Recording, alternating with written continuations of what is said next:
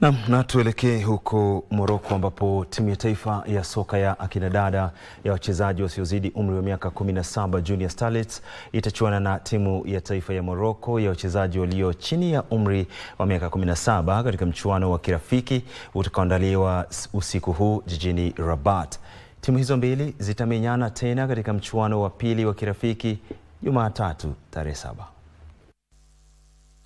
Kenya itatumia mchuano huu kujiandaa kwa mechi ya kufuzu kwa fainali za kombe la dunia kwa wachezaji wasiozidi umri wa miaka 17 dhidi ya Cameroon. Mkumbo wa kwanza umepangwa kuandaliwa Aprili 20 uwanjani Nyayo jijini Nairobi, huku mechi ya marudiano ikiandaliwa siku 5 baadaye jijini Yaounde. Mshindi wa mikumbo hiyo miwili atajikatia tikiti ya kushiriki fainali za kombe la dunia kwa wachezaji walio chini ya umri wa miaka 17 zitakazofanyika nchini Morocco mwezi Oktoba mwaka huu.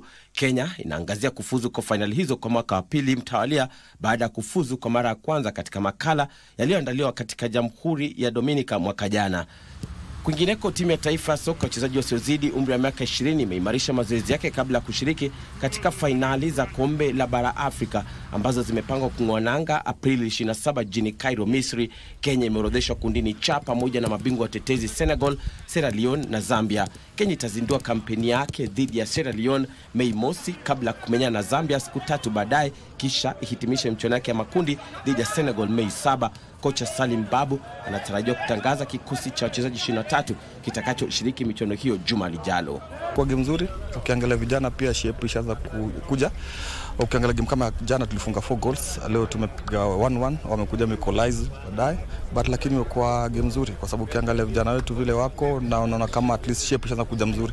Na hiyo ndio tunataka juu, tunataka kwenda huko tuko ready, tunaweza defend, tunaweza attack. Pia kama tunaweza score kwa timu ya Premier League inamaanisha huko tunaweza kufunga. Na kama tunaweza defend vizuri kwa timu za Premier League hapa Kenya, nafikiri huko pia tunaweza shinda, itakuwa pia si ngumu sana. Tumeprepare poa, vijana wako sawa, kila mtu wako sawa.